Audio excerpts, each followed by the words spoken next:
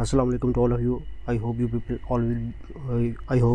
All will be fine. मैं हूं सरफराज और आप मुझे सुन रहे हैं English with Sarfaraz Ahmed YouTube channel पर। अगर आप उर्दू से आसान इंग्लिश सीखना चाहते हैं तो मेरे चैनल को सब्सक्राइब कीजिएगा और बेल के बटन को प्रेस कीजिएगा ताकि मेरी नई आने वाली हर वीडियो का नोटिफिकेशन आपको आसानी से मिल सके। आज का हमारा टॉपिक है use of participle and Geraint. ठीक है, सबसे पहले हम इनको डिस्कस कर लेते हैं। पार्टिसिपल क्या है और जेरेंट क्या है। जो वर्ब की आईएनजी वाली फॉर्म होती है, यानी कि फोर्थ फॉर्म, वर्ब की फर्स्ट फॉर्म कहते हैं आईएनजी लगाते हैं जब, तो उसको कहते हैं प्रेजेंट पार्टिसिपल। और जो वर्ब की थर्ड फॉर्म होती है उसको पास्ट पार्टिसिपल कहते हैं। और जो वर्ब की सेकंड फॉर्म होती है इसको पास्ट टेंस फॉर्म कहते हैं। ठीक है, तो जब उर्दू फेल के यानी कि उर्दू फिक्र के आखिर में कर या करके आ जाए तो अंग्रेज़ी में पहले हम प्रेजेंट पार्टिसिपल लगाकर उसके बाद ऑब्जेक्ट और सब्जेक्ट लगाते हैं। ठीक है, जब एक ही फ़ाइल दो काम करे और दोनों कामों के दरमियान वक्फा ना हो तो इसका तर्जमा फेल की पहले की फॉर्म के साथ आईएनजी लगाकर शुरू करते हैं। आगे इसकी एग्जांपल देखेंगे तो आपको समझ आ जाएगी। ठीक है, नंबर 4, जब एक फ़ाइल दो काम करे और दो कामों के दरमियान वक्फा हो। ठीक है, तो फिर क्या जुमला कैसे स्टार्ट करते हैं?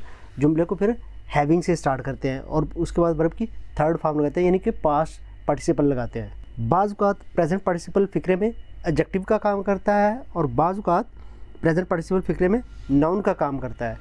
ठीक है, तो जब नाउन का काम करता है तो उस वक़्त ये जेरेंट कहलाता है। ठीक है, आगे आपको एग्जाम्पल से बताऊँगा। ठीक है, पास्ट पार्टिसिपल फ़िक्रे में हमेशा एडजेक्टिव का पास्ट पार्टिसिपल फ़िक्रे में हमेशा एज ए एडजेक्टिव ही काम करता है मोस्टली। आइए अब इसकी चंद एग्जांपल्स देखते हैं। ये लेक्चर थोड़ा सा लंबा हो सकता है लेकिन ये आपके लिए बड़ा हेल्पफुल होगा। चलिए पहली एग्जांपल इसकी देखते हैं। लैंप बुझाकर मैंने अलमारी में रख दिया। Blowing out the lamp I put into cupboard. ठीक है, ये देखें, मैं मतलब एक काम के बाद फ़ौरन काम किया। पहले उसने लैंप बुझाया और उसको फ़ौरन अलमारी में रख दिया है। तो ब्लोइंग आउट बुझाना, blowing out the lamp I put into a cupboard. Matric का इम्तहान पास करके इसने पढ़ाई तर्क कर दी। Having pass the matric exams he gave up studies. Matric का इम्तहान पास करने के बाद उसने पढ़ाई तर्क कर दिया। अब देखिए एक काम उसने कंप्लीट किया, उसके बाद दूसरा उसने किया। ठीक है, तो अब हैविंग लगा है, यानी कि जो पहले मैंने आपको उसमें बताया है, एक्सप्लेनेशन में बताया है कि जब दो काम हो रहे हैं तो दोनों कामों में वक्फा हो यानी फ़र्क हो दरमियान में, तो तब हम हैविंग से सेंटेंस को स्टार्ट करेंगे। Having pass the matric exam he gave up studies. Match जीत कर लड़के नाचने लगे। Having won the match the boys begin to dance. Having won the match the boys begin to dance. कमरे में दाखिल होकर मैं अपनी जगह पर बैठ गया। Entering the room I sat at my place. Entering the room I sat at my place. सवालात हल करके मैं स्कूल चला गया।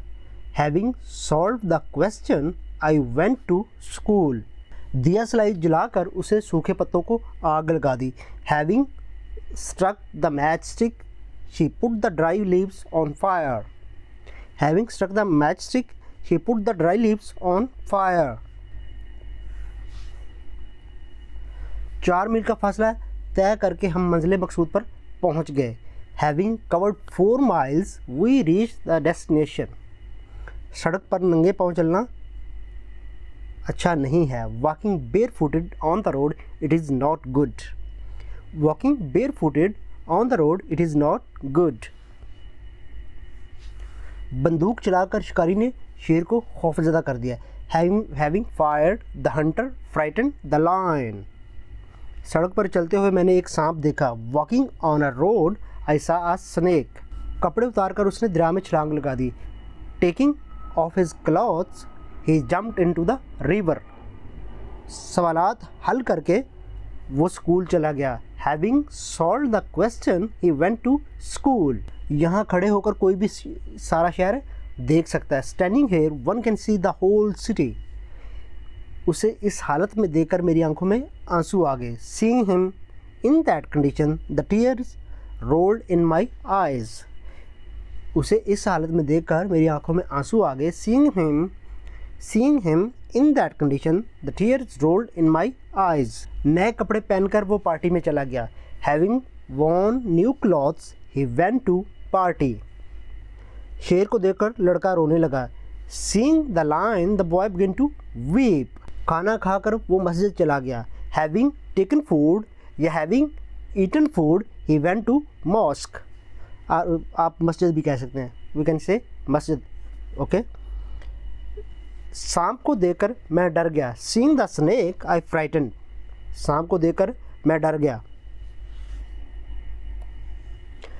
पुलिस को देखते ही चोर भाग गया. Seeing the police, the thief ran away. Police को देखते ही चोर भाग गया. Seeing the police, the thief ran away. कपड़े धोकर अम्मी ने खाना बनाया. Having washed the clothes, mother made food. कपड़े धोकर अम्मी ने खाना बनाया. Having washed the clothes, mother made food. इम्तिहान पास करके वो फ़ौज में भर्ती हो गया. Having passed the exam, he joined the army. तेज़ चलना अच्छी वर्जिश है. Walking fast is a good exercise. Walking fast is a good exercise. Phone करने का शुक्रिया. Thanks for calling. फ़ोन करने का शुक्रिया. Thanks for calling. लिखाई पढ़ना मुश्किल है. The writing was hard to read. लिखाई पढ़ना मुश्किल है. The writing was hard to read.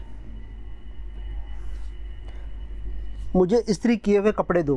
Give me iron cloths. मुझे इस्त्री किए हुए कपड़े दो. Give me iron cloths.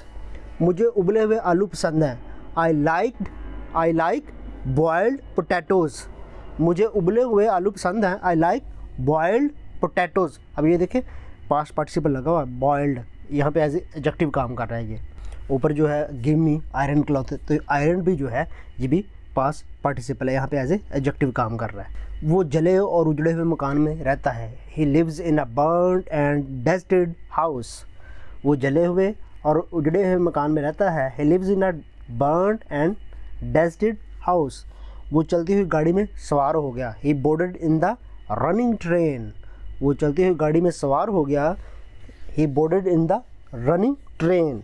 हमने जलता हुआ मकान देखा. We saw the burning house.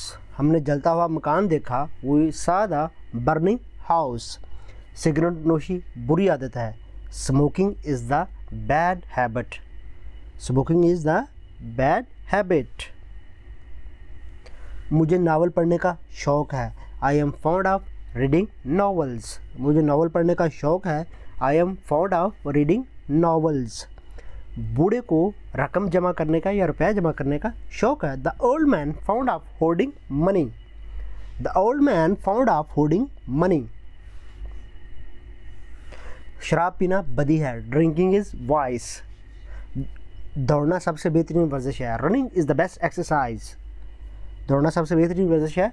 Running is the best exercise. नकल करना चोरी है. कॉपिंग इज़ थेफ्ट. नकल करना चोरी है.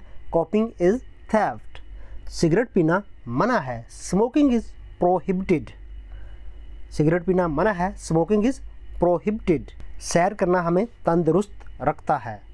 Walking keep us fit. बहता हुआ पानी गंदा नहीं होता. Running water is not dirty. बहता हुआ पानी गंदा नहीं होता. Running water is not dirty. Interrogative sentence है. अब हम देखेंगे किसके इंटरोगेटिव सेंटेंसेस जो हैं वो कैसे बनाते हैं. क्या बहता हुआ पानी गंदा नहीं होता. जैसे हमने हेल्पिंग वर्ब को सेंटेंस के शुरू में लगा देना है और बाकी सेंटेंस स्ट्रक्चर सेम रहेगा और पे क्वेश्चन मार्क लगा देना. ठीक है. Is running water not dirty. क्या इस बाग में फलों से लदे हुए दरख्त हैं. Are there trees loaded with fruits in this orchard या गार्डन. आप दोनों तरह से कह सकते हैं. ठीक है. क्या उबला हुआ अंडा सेहत के लिए मुफीद है. Is boiled egg good for health. क्या झूठ बोलना तुम्हारे लिए अच्छा है. Is telling a lie good on your part.